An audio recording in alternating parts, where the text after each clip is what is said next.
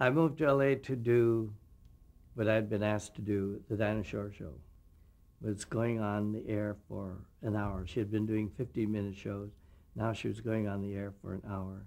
And I had been interviewed to come in to do the series because the pilot was done by Gower Champion.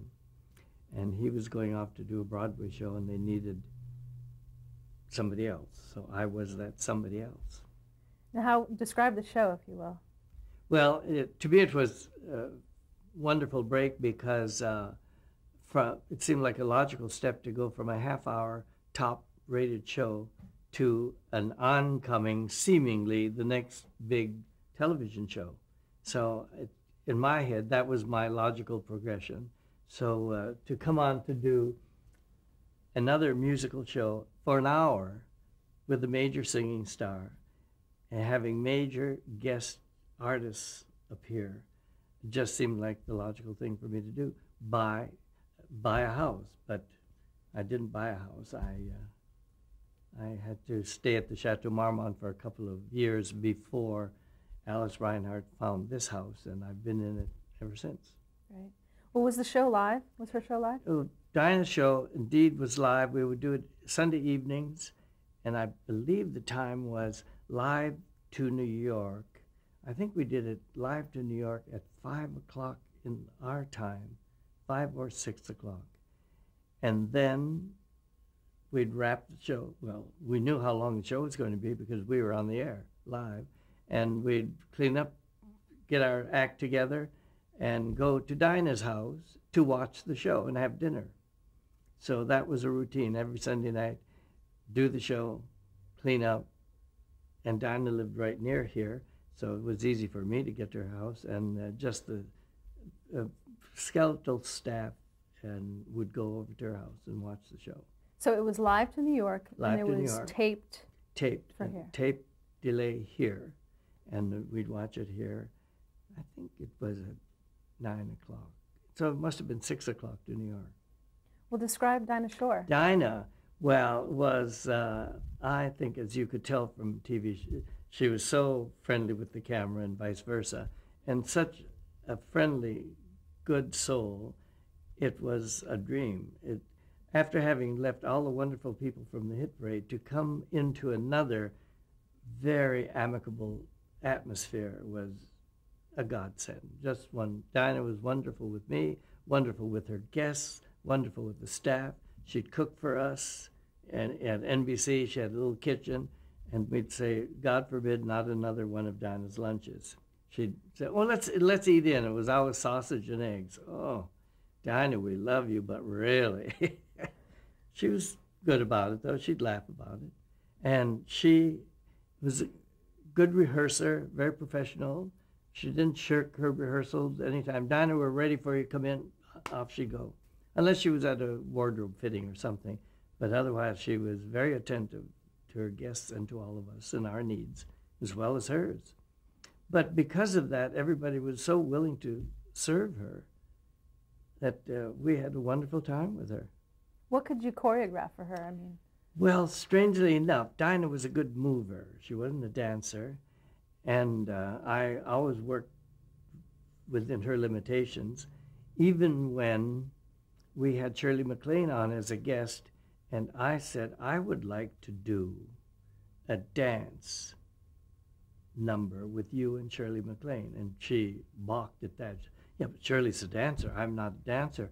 When I said, but I'll do a staged vocal type dance, like how about Ball and Jack, with you, both of you singing and dancing it. And we did, and I staged it and worked it out, and Dinah worked like a Trojan. She really rehearsed. Shirley, of course, it came very easy. It came easy to Dinah, but took a little bit more, but willing. She worked and worked on it. We did it one evening on the show, and they stopped the show. Dinah was thrilled. You could just see it. She just was, it was not the applause track. We didn't have that going. Just audience reaction, audience applause to the two of them. Ball in the Jack, whack. And when they did it, wham, they had them. Oh, Dinah just was glowing, and Shirley was so happy.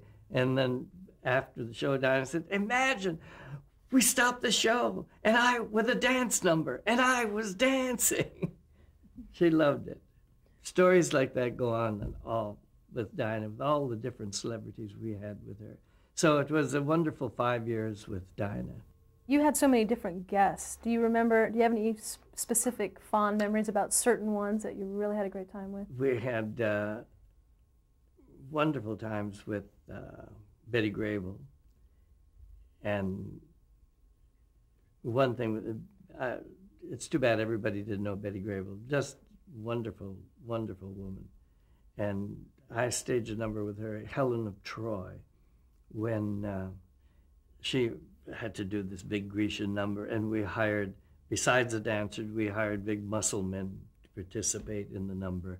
And I forgot what the song was, but we did dress rehearsal, and there was one formation in the choreography in which all the guys had to stand back to back in a circle this way, and then they would have to bend over that way. And Betty was in the center here, and she'd come up onto their backs like a lotus opening up, and then Betty would be in there. Well, for dress, they greased up. And so they did the whole thing, and they were nude except for little briefs, and they did that, and up came Betty, and then she slowly sank. She started slipping right down between them and disappeared. And of course she had some camp thing to say when she's down there amongst all these butts and legs, trying to look like a glamorous movie star on the floor with all these big muscular legs and butts around her. She was hysterical, loved it, and so did we. And she just carried it off, came up looking gorgeous as she could, and went on with the number. All through rehearsal, she was that way. Well, Nanette Fabray was on the show quite often. Nanette is always fun. Another good pro. Give her something to do, and she would make mountains out of it and have a wonderful time doing it. Excellent. Mm-hmm. Well, and also once we had Betty Hutton on, and Dick and I and the arrangers had done a huge production quick change number going from early music to today with Betty Hutton. And Betty was not the easiest to work with. So we were getting over it, just getting through it.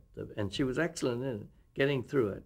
And as we kept going, well, she would disappear from rehearsals, for example, and we couldn't find her. Something would irritate her, and she'd be gone.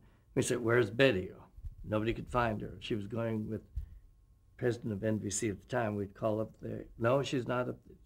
Couldn't find her. Something ticked her off, and so unreliable. Then we did the number. Unfortunately for us, it was a huge success. We got so much mail on it. We had to do it again. We had to call her back. I said, just roll the tape. Just play the tape. No, you have to pay the orchestra extra for another show. So she came back, and we had to do the number all over again. Oh, God.